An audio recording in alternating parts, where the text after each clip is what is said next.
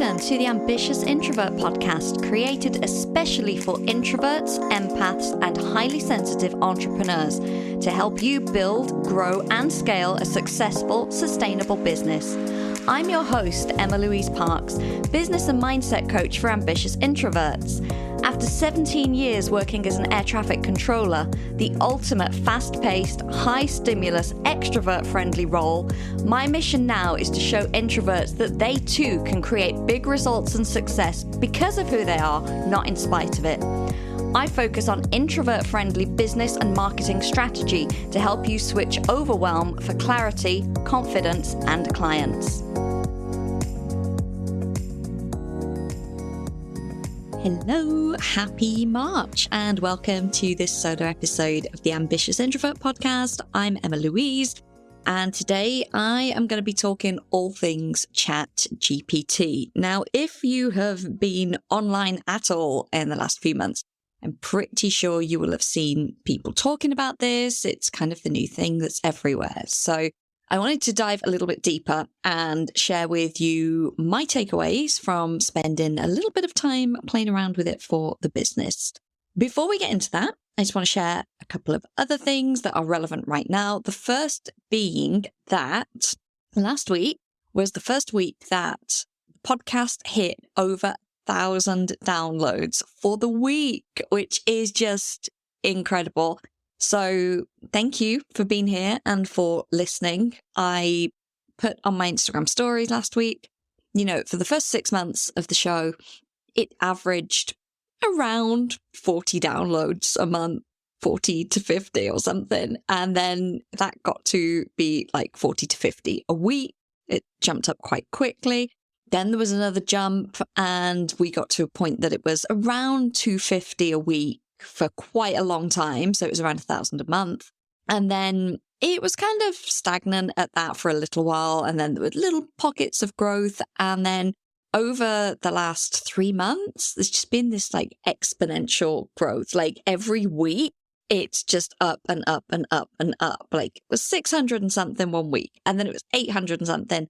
And then last week it was 1,000, which is just insane. So I wanted to share that, first of all, to say thank you for being one of those listeners. And secondly, because there is so much out there about overnight success and going viral and all of these terms, and they don't always mean anything for business. And the thing with a podcast is it's always going to be a longer, slower burn. And I knew that when I started it. I started the podcast because I planned for my business to be here for a long time. So, no, I didn't get 1,000 downloads in the first week, but I didn't expect to because I had a small audience and it was brand new. But I knew that if I kept going, I knew that the compound effect of consistently creating value every week, of having guests who share it, of growing my audience more and more, of the fact that it now ranks really highly on Google. If you search Introvert podcast, it's one of the top ones that comes up on Spotify. All of those things that take time, but mean that it's getting discovered more and more and more. So just to say that not everything is an overnight success, and that's okay. The fact that 1,000 people are downloading it each week is mind-blowing to me, literally, because I've helped so many of my clients start podcasts now, and so many of them had the same thought that I have at the start. And it's like, is this a waste of time? Is anyone going to listen to this? Who's even going to tune in? And all of those things. And it's just so interesting to see how things gain traction and get that critical mass and then really take off. So whether you've been here since day one or whether you are one of those newer people that's just kind of arrived in the last few weeks, if so, welcome. I just wanted to say thank you. And if you are someone that's thinking of launching a podcast or a blog or a YouTube channel or something that maybe just might take a little bit longer to gain traction, I want you to know that it will work. If you keep working it, it will work. And it's just so gratifying to see all of those seeds planted, 2.5 years ago when it started, now start to come into fruition. So I just want to open with that because that was a really exciting milestone for me here. Secondly, if you have been anywhere in my world for the last few weeks, you will have seen that the doors to the Ambitious Introvert Academy are open. The next cohort begins on March 30th, so you've got between now and then to sign up. I'm not going to spend too much time talking about it. If you are a new entrepreneur, whether you are brand new and just looking to start your business, or maybe you're in the first year and you don't feel like you've kind of got the foundation set, you're not attracting consistent clients, it doesn't feel stable, any of those things, then this could be the program for you.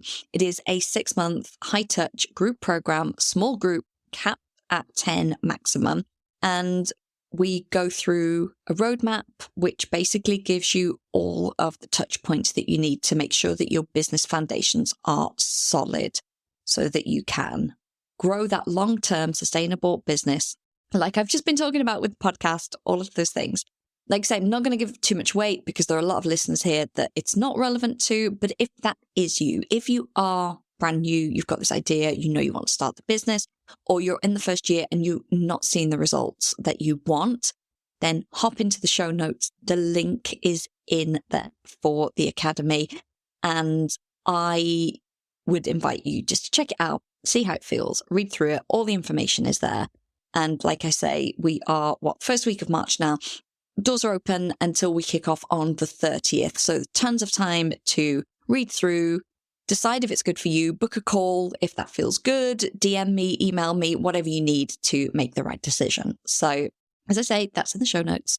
So look forward to hearing from you if you have any questions about that. Okay, so back to the robots. Let's talk about the robots, which is what today's episode is actually all about. So like I say, if you've been anywhere online, you have probably seen someone talking about ChatGPT. So what I'm going to cover is what it is, how it works, how you can access it, the pros and cons, how I'm using it in the business, and then I'm just going to summarize all of that at the end. So you've got all the information there.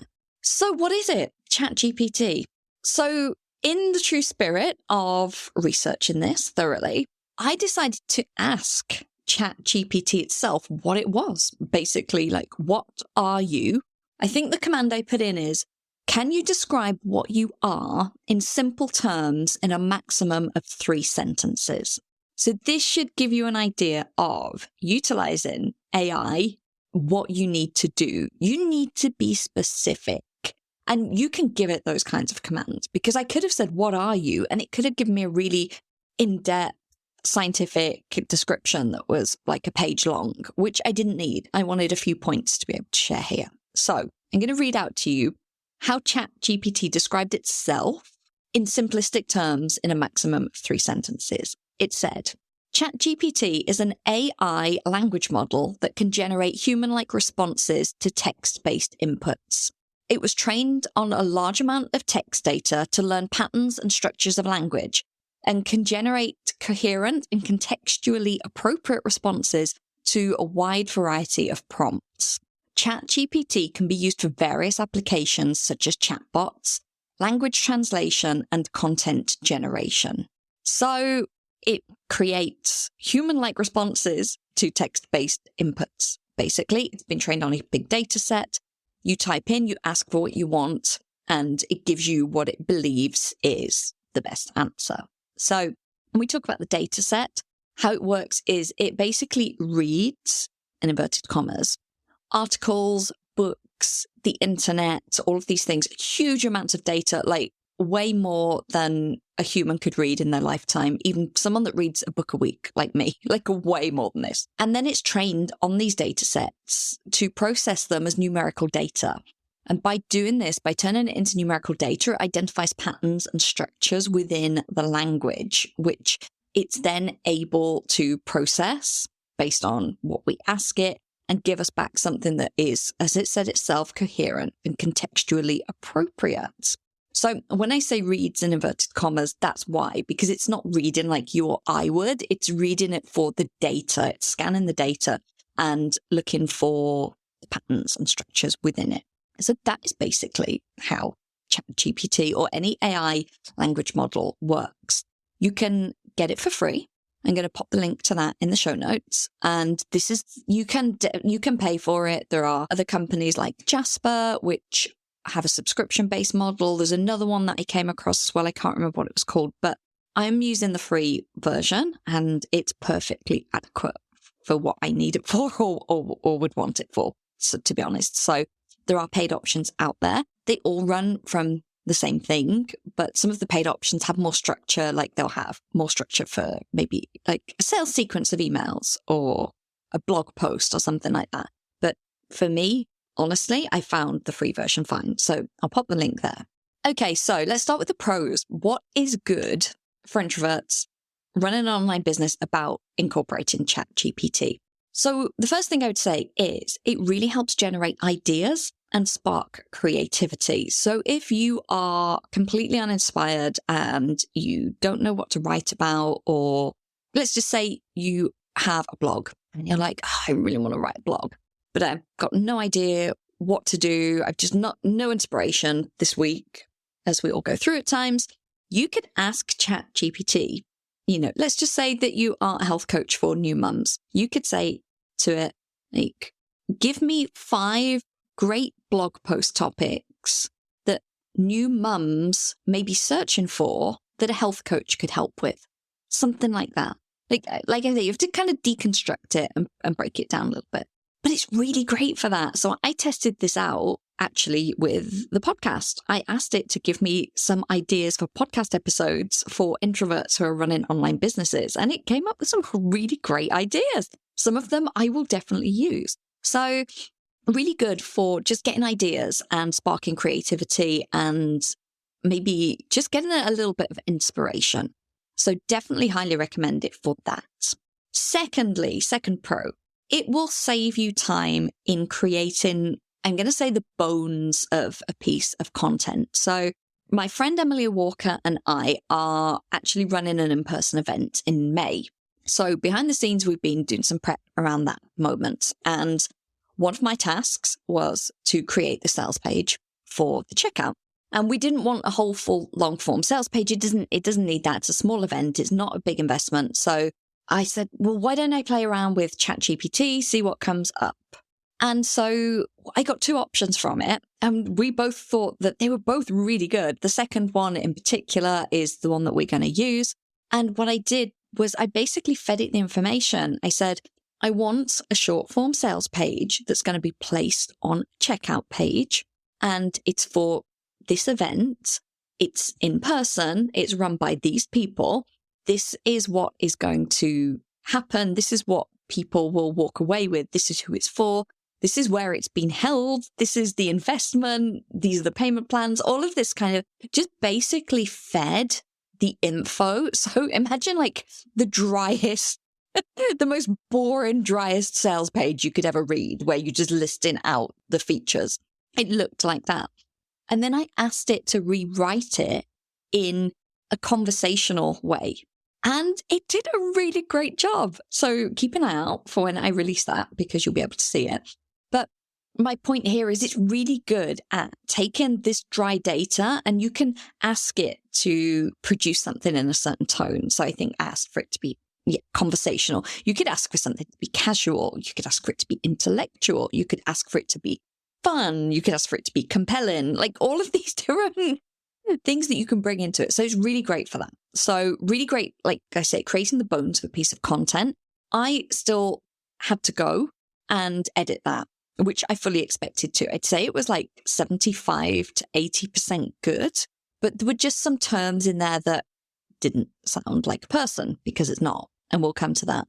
But I didn't expect it to create an absolute perfect sales page, but did it create something that was really great that I could spend 10 minutes editing? Absolutely. So the third pro is it will give you a better structure for certain types of writing. So it will help you optimize things. For instance, an Instagram bio. If you put your current Instagram bio, or you put a collection of words that are relevant to what you do, you can ask it to write your bio or to optimize your current bio. Okay.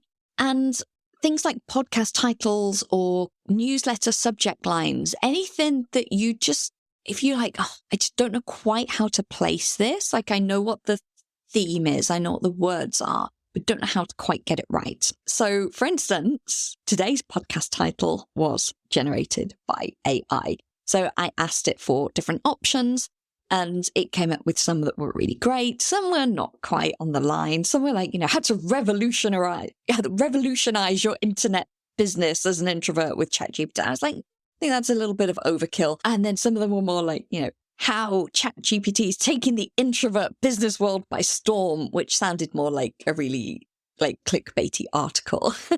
But it came up with the Introvert's Guide to ChatGPT for Business, which to me is great because it's got introvert in it for my target audience. It definitely is a guide. I'm talking about ChatGPT. I'm talking to business owners. And from a searchable SEO point of view, that's a great title because anyone that's searching for introvert, ChatGPT is going to relate to it. So really good for, titles, I'm going to say, and restructuring sentences or bios in a way that just makes it really compelling. Number 4 pro is it will save you time because I think of it like Google on steroids. And what I mean by that is you could Google some information, but then you have to click on all of the links that it brings up and then look within those links for the info. So let's say that I was doing some research for a podcast episode and I wanted to research about something. I would type it into Google, all these links would come up, I'd click on the links, I'd be reading through all the different things. What ChatGPT does is if I search it on there and ask it for information, it brings me the information because it is scouring all of those sources itself. So it can really save you time in just bringing it all together in one place, which is great. And the last pro is that if you use it regularly, it actually learns based on what rating you give it. So you can give it a thumbs up if this was helpful.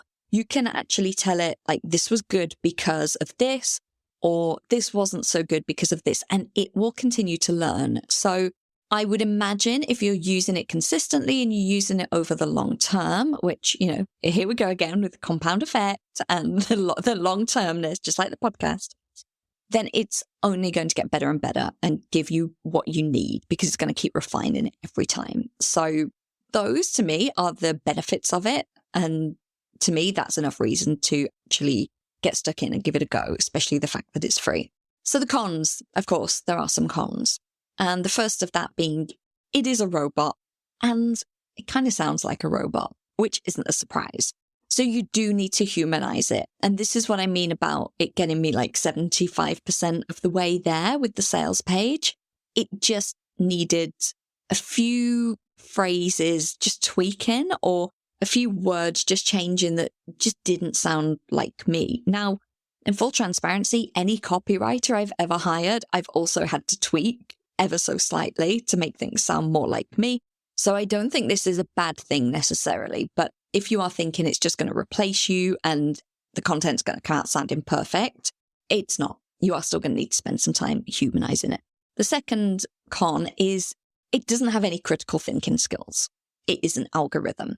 So sometimes things are just plain wrong. Like I put for this sales page with Emily, I put something in and just one thing was completely wrong. And it started saying the room that we're holding this event in starts from this price. And it was like, well, no, that's the event. It just obviously taken things slightly wrong and got them mixed up. So sometimes it will just not make sense. But again, if you know that, if you're expecting that, this isn't a bad thing. It's just something to bear in mind that, do not go in there, type something in and then go, great, and post it without proofreading is what I'm saying. And the last con is that it is a beta and it's also not fact checked. So the information is not guaranteed to be accurate.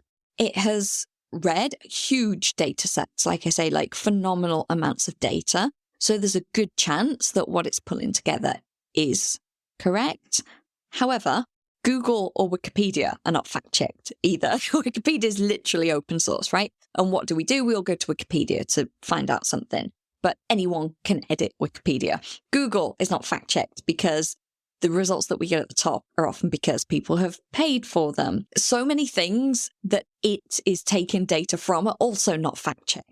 So again, not really a con, but just to be aware, like, don't take it as gospel. What it brings up might not be quite right, but that could be said anywhere on the internet. So there are cons, but I don't actually think they're really cons. It's just having that awareness of the limitations of it if you are going to go ahead and use it. So 5 ways that I have been using it here at the Ambitious Introvert that I'm going to share with you, which may spark some ideas or to give you a little bit of context. Now, I'm not sat here spending hours on it. In full transparency, I've probably spent 20 minutes on it in the last month, and that includes doing a sales page. So that's how quick it can be. And then taking it away, like I say, and tweaking and just humanizing it a little bit. So one of the ways that I used it was to help with my new media kit. So I was creating a new media kit and I wanted to have in there topics that I could talk about when I'm a guest on other people's podcasts, and also a set of questions that people could ask me about my business, about working with introverts, etc. So some people, prefer that if I'm a guest on their podcast, they like to have set questions. So I used it to help create my media kit. I asked it for what would be some great questions to ask a business coach who worked specifically with introverts. And I think I said, what are some great podcast topic ideas for an audience who are introverted looking to learn more about online business? So you can see the kind of things that I fed it to get the results back. And again, I'd say probably 60% of the results, I was like, didn't think so. But the other 40%, pretty good. And I was like, I can do something with this. I didn't copy and paste them. They still needed a little bit of tweaking to sound more like me, but they gave me, again, the bare bones of some really great things to put in the media kit. So I think what that did is, again, sparked ideas and inspiration and saved me time rather than me staring at a blank Google Doc going, okay, what can I give as these topics that I could speak about? I had things there that I could respond to as a generator. This is really great. And go, yep, that one's really good. Let me tweak that a bit. No, don't like that. So for me, it just gives me the information in front of me, which makes things so much quicker. Second way I'm using it is podcast episode ideas. I alluded to this earlier. That was one of the things I tested it out with what could be some really great topics to talk about in a podcast for introverts who have an online business. And I think it came up with about 30 different ones. And, again, because it sees business, a lot of them were about networking, which not really something I talk about, not really something that's relevant to, it is relevant. We all have networks, right? But it's not something that I share about or teach about particularly. So again, I could discard those straight away. Then there was stuff about working from home. And I was like, again, not really relevant because that's thinking about people in a business. But some of them really great. So now I have this great bank of ideas that when my inspiration's running dry, I can be like, let me just go and check what ChatGPT came up with. So that's one way I'm using it. Third way, I've talked about sales page and content to tweak. So I tried some Instagram captions in there for promoting the masterclass that I ran last week. And yeah, that was something that I didn't end up using them. I ended up actually just writing them from scratch because they felt a little bit too formulaic. They felt just a little bit too, structured, which might sound strange. But I felt like it would take me longer to destructure them and make them sound like me than it would to write from scratch because it was a short piece of content, right? So definitely for sales page and for longer formats like blog posts and things, definitely going to be using them more for that going ahead. Something else that's really great for that I've been playing around with it is things like names of programs or courses or lead magnets. So if I said, hey, I am creating a program that's for introverted business owners and it's going to teach them how to write blog posts in a way that generates sales, something like that. I'm not doing that. But if I was, it would come up with some really great names. And you can say to it, I like those, but could you make them sound more fun? Or I like those, but could you make them shorter? So you can really start to specify with it when it's given you something and start to tweak and refine it all the way down. So really good for that. If you want a really captivating name for a lead magnet or a program or a course, it can be really helpful. And I will definitely be using it for that going forwards. And the fifth way that I've been using it is I've been collecting quotes because I quite like quotes and I would like to share more of them, maybe in my newsletter or in Instagram or the Facebook group. And I thought, what better way? So I asked it to collect some quotes about introverts. And it was great. And again, some of them were useless. And I'm like, that has nothing to do with what I want. And I would never use it. But some of them were brilliant. And so now I have this bank of, I think, like 30 introvert quotes. So I'm like, great. If I wanted to do a quote a week, I've got like almost a year's worth. This is great. So those are some of the ways that I am using it. I'm not looking at it to replace me or a copywriter, but I'm just looking about how it can save me time, how it can get me the bare bones of something, and how it can really help me to get more inspired when the inspiration is lacking, as it sometimes is. So in summary, what do I think of ChatGPT for introvert-owned online businesses? I think the important thing with this and with any AI is to know that it's not going anywhere. It's only going to get more prevalent. So it is something that we do have to pay attention to because it's sticking around now. It's here and it's only going to grow. Do I think it will replace copywriters? No, not at all. Do I think it will write all of your content for you on auto and you don't have to get involved? No, I don't. Will it get you 75% of the way there? Will it save you time? And will it help generate ideas or optimize like ideas that you've already got? Yes, 1,000%. That is what I think the sweet spot is. I think if you can look at it as building out the bare bones, if you can look at it as time saving, or if you can look at it as something that's going to help, spark your creativity. Or if you wanted to take some writing, if you'd written a paragraph and you're like, I'm not sure about this, pop it in there, ask it to optimize it, ask it to rewrite it, ask it to make it sound more compelling, ask it to make it sound more intellectual, like whatever you want it to do. Those type of things, it is really, really great at. So there you go. That is my open and honest review as such of ChatGPT for introvert-owned businesses. I hope you have found this useful. I would love to hear whether you've been using it in your business, whether this episode has tempted you to try using it at all. Let me know. Always love to hear from you. You can email me or DM me on Instagram. And in the meantime, happy playing around with AI. And like I say, I'd love to hear anything that you get from it and how you use it. Thank you for listening to this episode of the Ambitious Introvert podcast with me, Emma-Louise Parks. If you enjoy this show, please subscribe, rate, and leave a review on iTunes. As a thank you, one lucky reviewer each month will win a 60-minute one-on-one coaching session with me, where you'll get the clarity and confidence to attract your ideal clients. And if you know someone who could benefit from listening to the show, then please do share and help me reach as many fellow ambitious introverts as possible.